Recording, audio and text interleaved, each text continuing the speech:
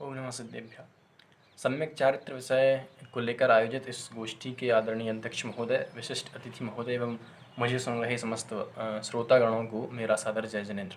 साथ ही इस गोष्ठी में बोलने का अवसर देने के लिए इस गोष्ठी के आयोजक एवं संयोजक महोदय को भी मेरा बहुत बहुत धन्यवाद एवं आभार।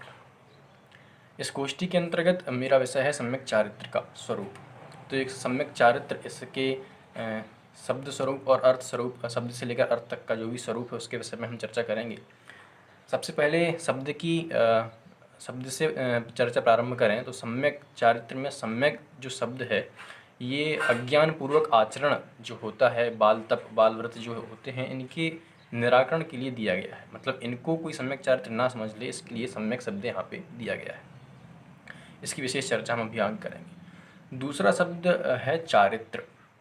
तो इसके विषय में ये है कि एक 3 शब्द हम देखें। एक तो है चरित्र, दूसरा है चारित्र और एक है चरित्र। तो सामान्यतः किसी व्यक्ति का कैरेक्टर, इसके लिए जो लोक में प्रयुक्त शब्द है वो चरित्र है।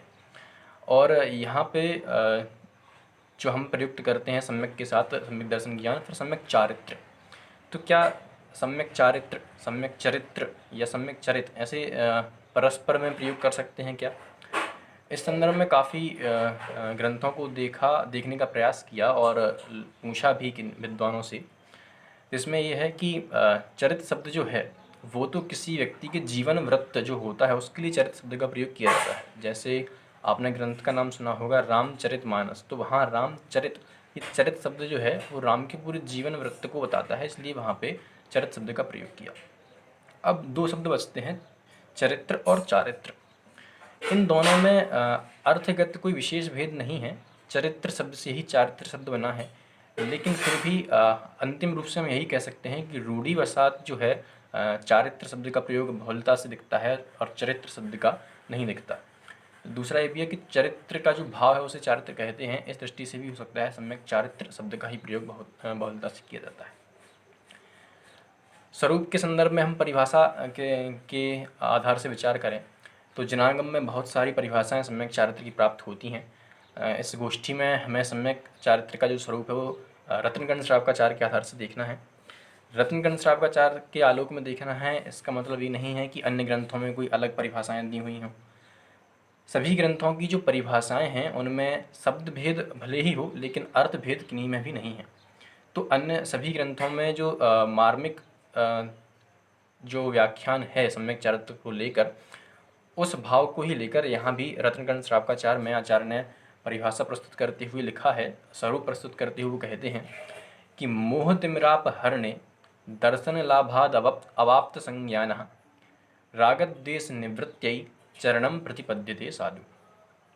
इन पदों की बहुत ही मार्मिक व्याख्या की जा सकती है। जैसे कि पहले ही पद में आचार्य कहते हैं कि मोह तिमिराप हरणे, मोह रूपी जो अंधकार है उसके अपहरण, उसके हरण, उसके नष्ट हो जाने पर। तो मोह रूपी अंधकार का नाश कैसे होता है? तो आगे उन्होंने कहा दर्शन लाभात। दर्शन का अर्थ यहाँ पे लेना है सम्यक दर्शन से। तो सम्यक दर्शन के लाभ से, सम्यक दर्शन के प्राप्त हो जाने से मोह रूपी अंधकार जो है उसके नष्ट हो जाने पर। और क्या?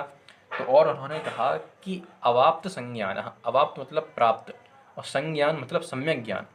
तो सम्यक दर्शन के प्राप्त हो जाने पर और अवाप्त संज्ञान मतलब सम्यक ज्ञान के प्राप्त हो जाने पर। अब यहाँ देखें तो इस पहली पंक्ति में, इस पहली पंक्ति के जो दोनों पाद हैं, चरण हैं, उनमें आचार्य ने सम्यक चारित्र को ग्रहण करने की जो योग्यता या समझिए जो पूर्व भूमिका है, जो शर्तें हैं वो बता दी कि भाई सम्यक चारित्र कब ग्रहण किया जाएगा। तो 2 शर्तें रख दी कि दर्शन लाभात, सम्यक दर्शन की प्राप्त हो जाने पर, और अवाप्त संज्ञान, सम्यक ज्ञान को प्राप्त कर लेने पर इस पूर्वक चारित्र ग्रहण किया जाएगा। अब क्यों ग्रहण किया जाएगा, उसका क्या प्रयोजन है, तो उसको नीचे पंक्ति में बता दिया। राग द्वेष निवृत्ति, राग और द्वेष की निवृत्ति के लिए ये उसका प्रयोजन है कि राग द्वेष की निवृत्ति हो। इसके लिए क्या किया जाता है? तो कहा चरणम प्रतिपद्यते। चरण जो है, आचरण जो है, सम्यक चारित्र जो है वो प्रतिपद्यते, उसका ग्रहण किया जाता है, उसका आश्रय लिया जाता है। कौन लेते हैं? तो चरणम प्रतिपद्यते साधु। अब साधु शब्द यहाँ पे लिया गया है, तो क्या सम्यक चारित्र साधुओं के ही होता है? तो कहते हैं नहीं। साधु शब्द का यहाँ पे हम अर्थ कर सकते हैं कि सत्पुरुष। किया ही जाना चाहिए कि सत्पुरुष जो हैं वो सम्यक दर्शन और सम्यक ज्ञान की प्राप्त हो जाने पर राग द्वेष की निवृत्ति के लिए सम्यक चारित्र का ग्रहण करते हैं। यहाँ साधु शब्द को लेकर अथवा मेरा जो विषय है सम्यक चारित्र का स्वरूप, तो इसमें एक बिंदु ये भी आता है कि भाई सम्यक चारित्र किस गुण स्थान से प्रारंभ माना जाए।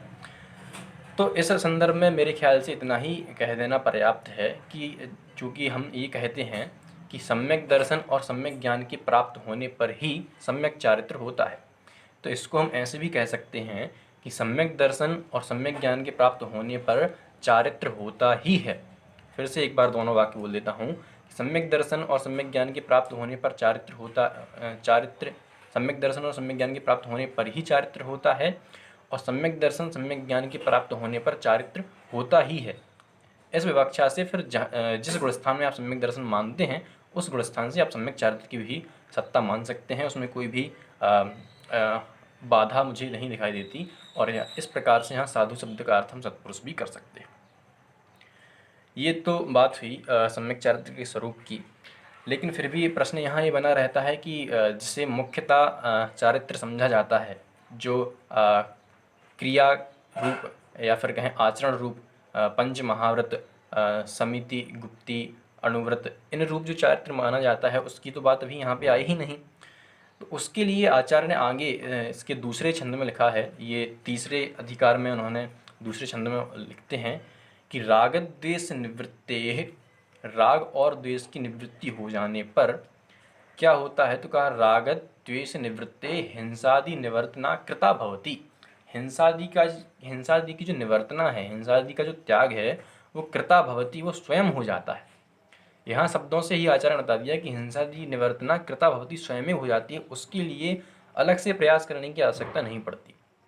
इसको हम इस प्रकार से कह सकते हैं कि ऊपर जो प्रयोजन गिनाया था कि राग द्वेष निवृत्ति चरणम प्रतिपद्यते साधु, राग द्वेष की निवृत्ति के लिए सत्पुरुष आचरण करते हैं, तो उस राग द्वेष की निवृत्ति होने से क्या होता है, तो कहा हिंसादि निवर्तना कृता भवति, मतलब वो राग द्वेष निवृत्ति तो है निश्चय चारित्र, और उस निश्चय चारित्र के होने पर हिंसादि निवर्तना कृता भवति, ये है व्यवहार चारित्र।